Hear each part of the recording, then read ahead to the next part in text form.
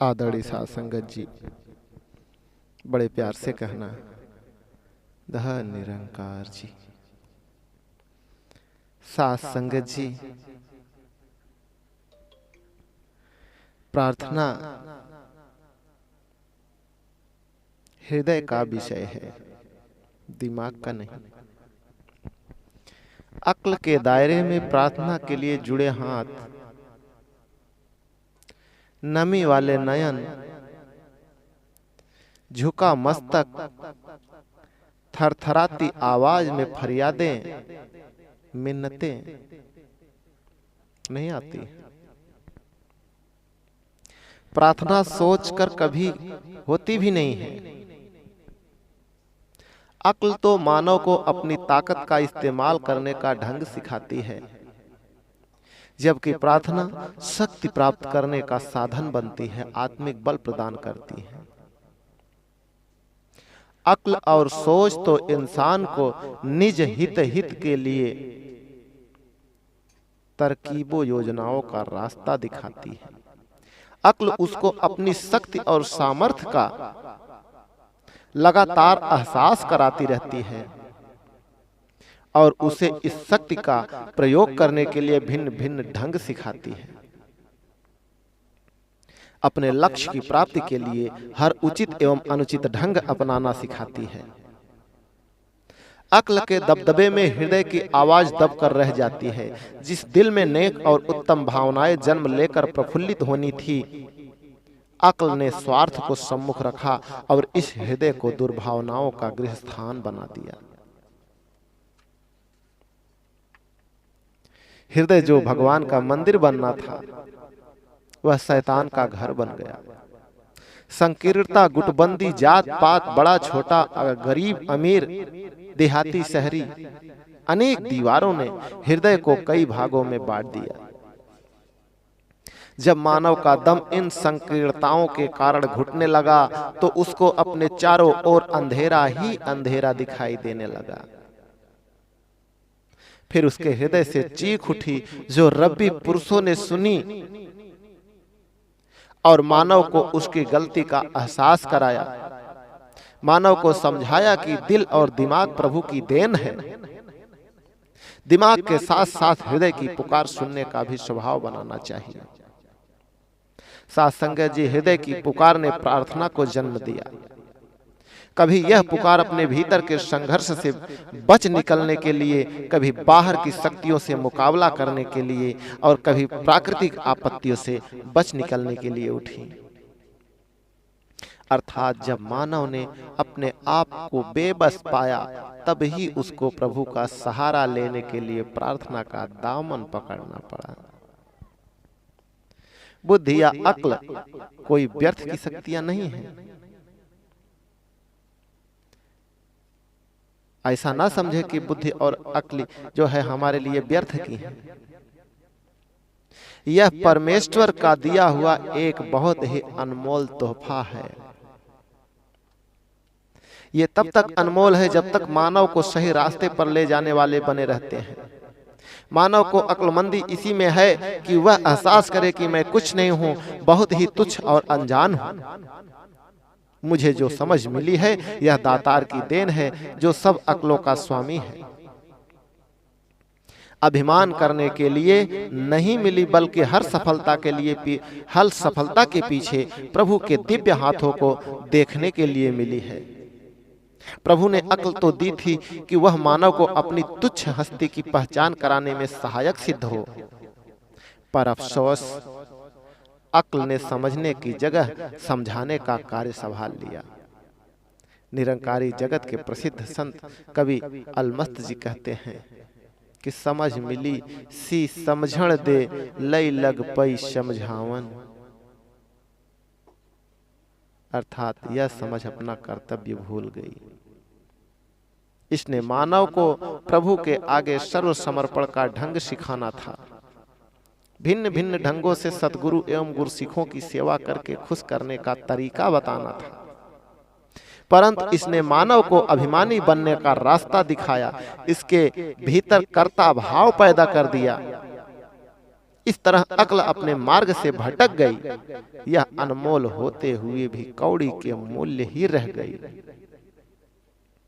साथ संगत जी, अक्ल और बुद्धि को होशियारी, चालाकी और चतुराई के द्वारा दूसरों को नुकसान देने वाली योजनाओं और ढंगों से बचाने के लिए प्रार्थना की आवश्यकता पड़ी। प्रार्थना यह स्वीकार करती है कि मेरी यह अक्ल, शान और योजनाएं, जिन्होंने मुझे अभिमानी, स्वार्थी, लोभी, लालची और कामी बना दिया है, ये महज एक धोखा है, छलावा है। इसलिए हे प्रभु, जो समझ तूने बख्शी है, रहम कर, यह तुझे समझने के लिए मैं इस्तेमाल कर सकूं। मेरी अक्लमंदी इसी में है कि मैं निस्वार्थ होकर दूसरों के हितों का भी रक्षा कर सकूं और उन्हें सुख भी दे सकूं। साथ संगत जी, अक्ल का सही उपयोग तो इसमें है कि बुद्धि इस अपरंपार शक्ति से जुड़ी रहे। यदि अक्ल इस अक्लों के स्वामी के साथ जुड़ी रहती तो इस मालिक के रहमत का एक कण भर भी इस मानव की अक्ल को कई रूपों में प्रकट कर देता। जैसे पीपल के छोटे से बीज में इतने बड़े विस्तार वाला पेड़ छिपा होता है, परंतु यह प्रकट तभी होता है जब यह बीज अपनी हस्ती को मिट्टी में मिला देता है। धरती की कोख में समा जाने के बाद यह बीज धरती से शक्ति प्राप्त करता है, जो इसको पेड़ रूप में रंग, आकार और गुण प्रदान करता है। धरती में समावेश होने से जो शक्तियां धरती पर प्रभाव डालती हैं, वह भी सहज भाव में बीज को मिल जाती है। जैसे सूर्य की तपस और रोशनी, हवा की प्राण शक्ति, पानी की तरलता एवं शीतलता और बहने की शक्ति, ये सभी शक्तियां मिलकर बीज को एक बड़े पेड़ के रूप में विकसित करती हैं, जो आगे जाकर अनेक बीजों को पैदा करने योग्य बन जाता है और अनेक रूपों में गुणकारी भी साबित होता है। जरा सोचिए, यदि यह छोटा सा बीज अपनी अक्ल के दायरे में बंद हो जाता तो इसकी अक्ल को कभी भी इस मिट्टी में अपनी हस्ती को मिटाने की आज्ञा न देती, इसको अपनी हस्ती खोने का रास्ता न चुनने देती।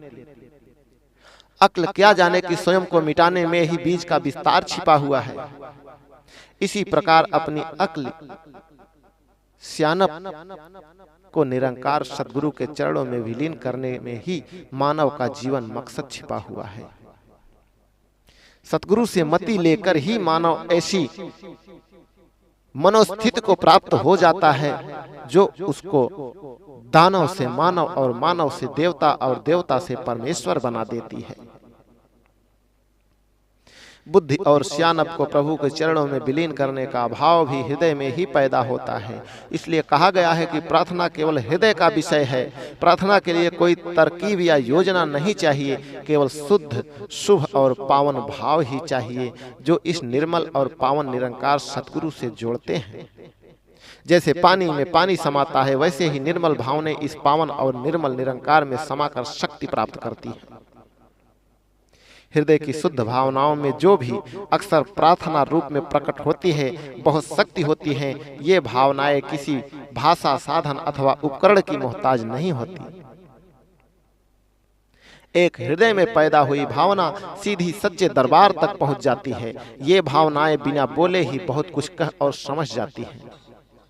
हृदय में शुद्धता और पावनता बनी रहे, इसके लिए भी प्रार्थना की आवश्यकता सदा बनी रहती है। सच्चे हृदय की भावनाओं को पाखंड और बनावट की मैल से बचाने के लिए गुरसिख प्रार्थना का सहारा लेता है।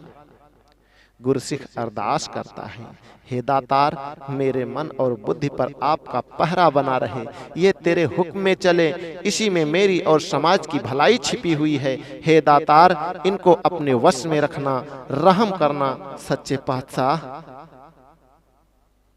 सच्चे हृदय से निकली प्रार्थना जहाँ प्रार्थी के लिए सुख, शांति एवं आनंद का साधन बनती है, वहीं यह दूसरों के लिए भी सुखदायी साबित होती है। दूसरों के लिए सुख मांगने वाले को खुद भी सुख मिल जाता है। परहित में सुख केवल परोपकारी हृदय ही महसूस कर सकता है। साथ संगत जी, हृदय की भावना को स्थान की दूरी रोक नहीं सकती। एक हृदय में जब किसी के लिए भाव पैदा होते हैं तो हजारों मीलों की दूरी पर बैठे उस व्यक्ति के पास उसी समय वह भाव पहुंच जाते हैं। इसलिए यह भावनाएं आंख झपकाने से पहले ही एक हृदय से दूसरे हृदय तक का सफर तय कर लेती है। इसलिए संत जन सदैव प्रार्थना करते हैं कि हे दातार, यह हृदय जो तूने मुझे बख्शा है, इसमें सदा सुंदर भाव ही निवास करे। प्रेम, नम्रता, मिठास, विशालता, सद्भावना और परोपकार के भाव ही बने रहें, ताकि हर समय हृदय में इसकी ही तरंगे पहुंचे। इस प्रकार शुभ भावनाओं को बल मिलता है और पावन हृदय अधिक ताकत से इन भावनाओं को क्रियात्मक रूप देने में योग्य बन जाते हैं। प्रार्थना के द्वारा हम दूर रहने वाले सगे संबंधी, दोस्त, मित्र और मानव समाज के लिए सुखों और खुशियों की कामना करके खुशियों को बढ़ा सकते हैं और उनको सुख चैन दे सकते हैं। इसीलिए यदि हमारी अपनी संतान या कोई सगे संबंधी दूर देशों में रह रहे हों तो यदि उनके लिए प्रार्थना की जाए तो वहां पर उनका मन भी लग जाएगा और उन्हें सुख भी महसूस होगा। यदि हम किसी को नहीं जानते तो भी दातार के चरणों में सर्वत्र के भले की कामना सुखद वातावरण फैलाएगी और इस प्रकार चारों ओर सुख शांति फैल जाएगी। बड़े प्यार से कहना।